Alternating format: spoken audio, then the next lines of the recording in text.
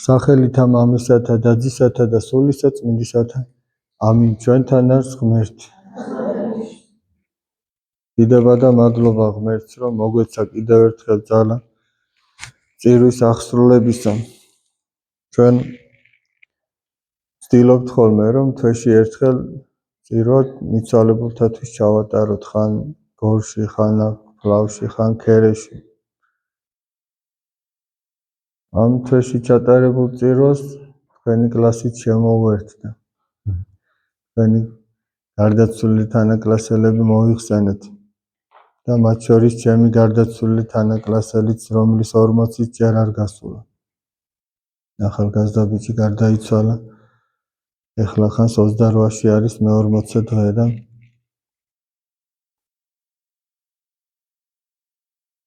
მადლობა ღმერთს, ესე იგი, რომ ჩვენს მიცვალებულზე ზრუნვა შეუძლია ჩვენი ღმერთთან მოყვანა. აი ეს სიყვარული აბა სხვანაირად რანაირად მოვიდოდა შუაღამისას. თუ სიყვარული არ არის, თუ რწმენა არ არის, რო არ სწამდეს ადამიანს, რომ ეს ლოცვა, ღამე მოსვლა, ხიზლობა და კლასელისთვის ლოცვა რაღაცა არის მისთვის. შეიძლება ადამიანს არ აქვს იმდენი რწმენა, რომ რაღაც ყველაფერში ერკვევდეს, მაგრამ ხო სწამს რაღაცა არის სულ მცირე, რაღაცა ნუგეში მაინც არის ჩვენი კლასელისთვის, ხო, რაღაცა ჩვენს მიერ აღვლენილი ლოცვა. ამაში რწმენა ჩანს. ამაში ჩანს სიყვარულიც, რომ შეიძლება იცოდე, რომ ეს რაღაცას არგებს, მაგრამ დაიზარო და არ მიხვიდე და არ გააკეთო. ამაში სიყვარულიც ჩანს, ესე იგი და რწმენაც და სიყვარულიც რომ გაიზარდოს, ამას ჭირდება შრომა. შეიძლება ჩვენ დღეს რაღაც დონეზე გვწამს, მაგრამ უფრო მეტი რო გვწამდეს, ამისთვის უნდა იშრომო კაცო. აი ახლა სოფელში როგორ არის, თუ ბაღში არ იშრომე, არაფერი არ მოვა. ის კი არა შეიძლება იშრომო და მაინც რაღაც მოხდეს და არ მოვიდეს. მით უმეტეს თუ არ იშრომე, აბა რა მოვა.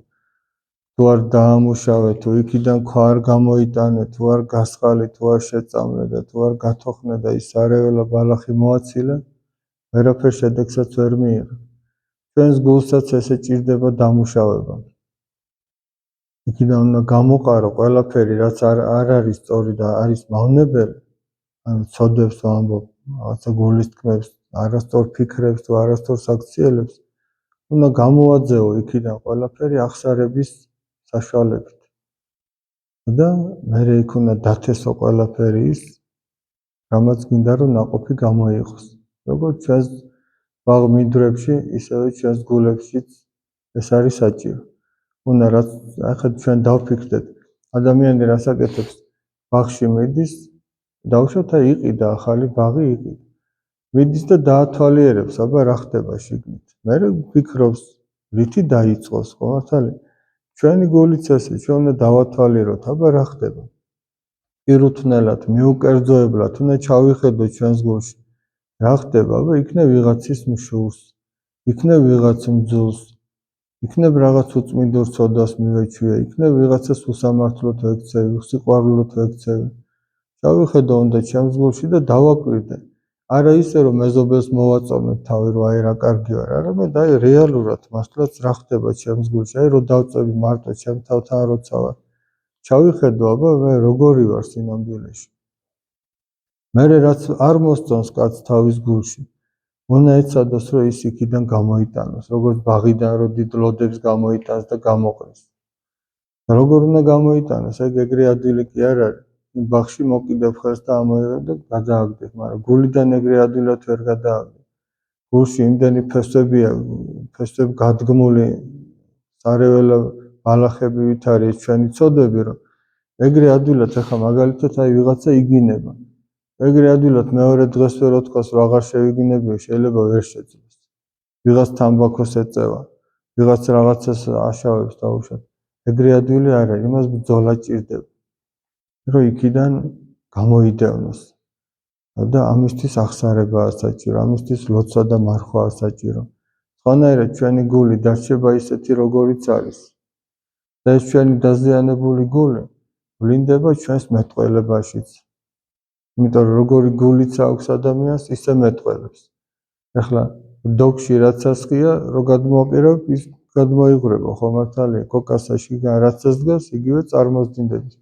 ჩვენს გულშიც რაც არის, ადამიანი იმას მეტყველებს. ანუ აი როგორ არის ქვაბში რაღაც ასხია და რო დუღს და უკვე ბევრი როა, რო ვეღარ ეტევა იმ ქვაბში, ხო მაშინ გადმოდის. და ჩვენს გულშიც რაც ბევრია და ვეღარ ეტევა, გადმოდის. ვიღაც იგინება. ესე იგი, მისი გული ამითია სავს. ვიღაც იწყევლება, ვიღაც რაღაც სანუგეშო სიტყვებს ამბობს, შვიდათ ამბობს, თავაზიანად ამბობს. ესე იგი, მისი გულიც ეგეთი. და აი ჩვენი მეტყველებითაც მივხვდებით, ჩვენი გული როგორია სინამდვილეში. და მთავარი რა არის კიდევ რომ ეს გულის გაწმენდა რისთვის არის საჭირო რომ თუ ადამიანმა გული არ განიწმინდა, ის ღმერთს ვერ დაინახავს. როგორ ამბობს იცით უფალი რომ ნეტარიყვნენ წმინდანი გულითა, რამე თუ მათ ღმერთი იხილონ. ვისაც წმინდა არაა გული, ის ღმერთს ვერ დაინახავს. ვისაც ახლა თვალები არაა გაწმენდილი, ვერ დაინახავს სხვა ადამიანს. თვალებში თუ ტალახი უსვია სხვა ადამიანს როგორ დაინახავს? აქაც ესე, ვისაც გაწმენდილია გული, ის ღმერთს დაინახავს. და ჩვენ საბოლოო ჯამში ღვთის წინაშე უნდა წავდგეთ, ესე იგი. აი რაღაცა ამ წუთის ოფელში ადამიანს უნდა ჰქონდეს რაღაცა პრინციპი, რაღაცა მიზანი, რაღაცისთვის უნდა ცოცხლობდეს. და თუ მარტო ის არის რომ ჩვენ უნდა დავიბადოთ, გავიზარდოთ, ჭამოთ, საათ ვიმუშაოთ და მერე გარდავიცვალოთ და დაგმარხონ, მაშინ ძალიან უაზრო გამოდის ეს წუთის ოფელი. აი არაფერი აზრი არ აქვს. მაშინ რა აზრი აქვს ახლა ჩვენ მოსვლას ამ შუაღამისას? არაფერი აზრი არ აქვს. აი რაღაც აზრი უნდა იპოვოს კაცმა თავისი ცხოვრების, რასაც მიყვება და უნდა ეძებოს ეს აზრი. მე ხა განგება არ ვამბობ რომ აი ეს უნდა იყოს, თავარი აზრი ის უნდა იყოს. იმიტომ რომ სხვისი ნაპოვნი შეიძლება შენ პირდაპირ ვერ მიიღო. მაგრამ ყველამ თავისთვის უნდა იფიქროს რომ რა არის, რისთვის ცხოვრობ მე. საკუთარ თავს უნდა დაუსვა შეკითხვა, რისთვის ცხოვრობ ამ წუთის ოფელში, რისთვის მოვედი. ან რო გარდავიცვლები, მერე რა იქნება ჩემთვის. იმიტომ რომ გარდაცვალებით კი არ მთავრდება სიცოცხლე. აი ახლა მაგალითად ზეგ სამშაბათს 26 სექტემბერს არის ხსენება წმინდა ქეთევან დედოფლისა. ეს მე-17 საუკუნეში თქვენ იცით რომ შაჰ-აბასმა რო ქართველები გადაასახლა ფერეიდანში, იყო კახეთის დედოფალი ქეთევანი, რომელმაც რამხელა ჯვარი იტვირთა, რამხელა რამ მოითმინა, ესე იგი, ქრისტეს ერთგულებისთვის როგორ აღარ აწამეს. და მას სჯეროდა რომ ეს წუთის ოფელი დროებითია, ეგ რო არ სჯეროდეს ადამიანს, მაგას ვერ გაუძლებ.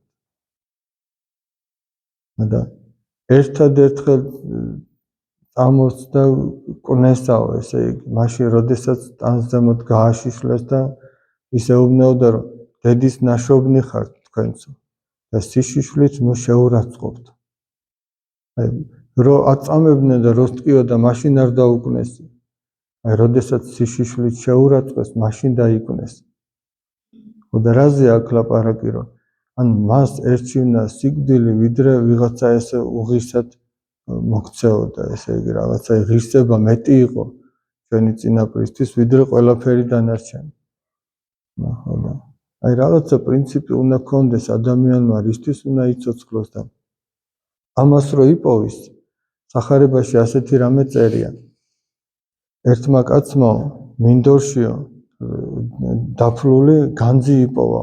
ახლა უბრალოდ ჩვენ რო წარმოიდგინოთ, რომ მივდივართ სადღაც, აი არხის პირზე მივდივარ და ვიღაცის მინდორია და ვიპოვე დიდძალი განძი. ახლა იმ განძს ვინ მოგცემს ჩვენ? ჩვენი მინდორი არ არის. წავიდა, ყველაფერი გაყიდა კაცმა, რომ ის მინდორი ეყიდაო. იმიტომ რომ იცოდა რომ იმ მინდორში ის განძია. ხო და ყველაფერი გაყიდა და წავიდა და ის მინდორი იყიდა.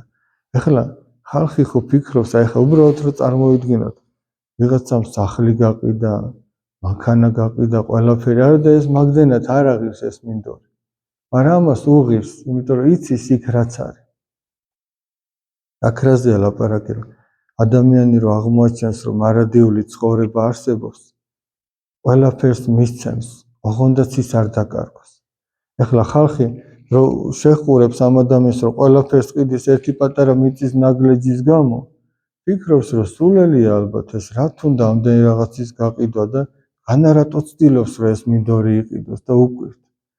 ხოდა ადამიანი, რომელიც მიაგნებს ღმერთს და სასუფეველის მარადიულობას მიაგნებს, ხალხს უკვირს, რომ რატო ლოცულობს ეს კაცი, რატო მარხულობს, რატო დადის ტაძარში, რატო თავს იკავებს ამა თუ იმ ცოდვისგან, იმიტომ რომ მან ის განძი იპოვა, რომელსაც სხვები ვერ ხედავენ და არ იციან.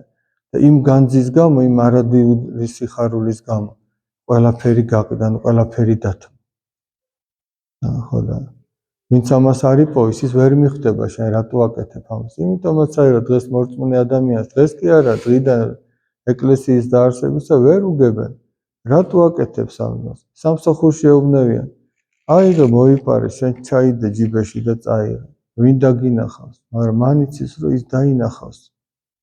ვის წინაშეც საბოლოოდ უნდა წარდგეს და თავის სინდისი დაინახავს პირველ რიგში. ხოდა ამიტომაც აი შრომა ჭირდება ამ ყველაფერს. ადამიანმა რწმენა რო ისწავლოს, უნდა იშრომოს. შრომით ძლიერდება ეს რწმენაც. და რაც უფრო ერთხელ გააკეთებს რწმენის გამო რაღაცას, მერე მეორეთი უფრო გაძლიერდება, ის კიდევ უფრო მეც გაგაკეთებინებს, კიდევ უფრო მეც. და ესე გადადის ადამიანი რწმენიდან რწმენაში, ესე როგორც კლასებში გადადის და საფეხურებზე ადის, აი ესე ადის ადამიანი რწმენის მაღალ სიმაღლეზე. ღმერთი შეგვეწიოს, აბა ღმერთმა შეიწიროს თქვენი ლოცვა, თქვენი თანაკლასელებისათვის, თქვენი ოჯახის წევრებისათვის, ყველასთვის, ვინც ჩვენ მოიხსენეთ და ღმერთმა მოგვანიჭოს ჩვენ ძალა, რომ ამ წუთის სოფელში სანამ ვართ, არ დაგვევიწყებინოს ჩვენი შინაურები, გარდაცვლილები. მე სულ ვამბობ, რომ როდესაც ადამიანი საფლავზე მიდის, უნდა წაიყვანოს თავისი შვილი, წაიყვანოს შვილი წაიყვანოს, უნდა ასწავლოს, საქმით ასწავლოს, წინაპარს როგორ უნდა მოექცეს. იმიტომ რომ ჩვენს თავის დროზე გარდავიცვლები და ჩვენ შვილმა უნდა იცოდეს, ჩვენ აი როგორ სუფრაზე რამდენჯერ გვითქვამს, რომ გარდავიცვლებითო, მართალი მომგონებელი არ გამოგვილიოს ღმერთმა. ვინ არის მართალი მომგონებელი? ვინც რწმენით ცდილობს, რომ შენ ის გაგიკეთოს მიცვალებულს, რაც შენ გჭირდება, რაც შენ სულს ანუგეშებს. ხოდა როდის არ გამოგველეო ჩვენ მართალი მომგონებელი? როცა ჩვენ თვითონვე ვასწავლით ჩვენ შვილს, ჩვენ შვილიშვილს, შვილთა შვილს, რომ აი ესე უნდა გააკეთო, მიიყვანო საფლავზე, დაასუფთავებინო, ჯვარი გაასწოროთო, მანაშვიდი გადაიხადოთო, ასე შემდეგ, ყველაფერი. ღმერთი შეგვეწიოს, აბა დალოცული და გახარებულები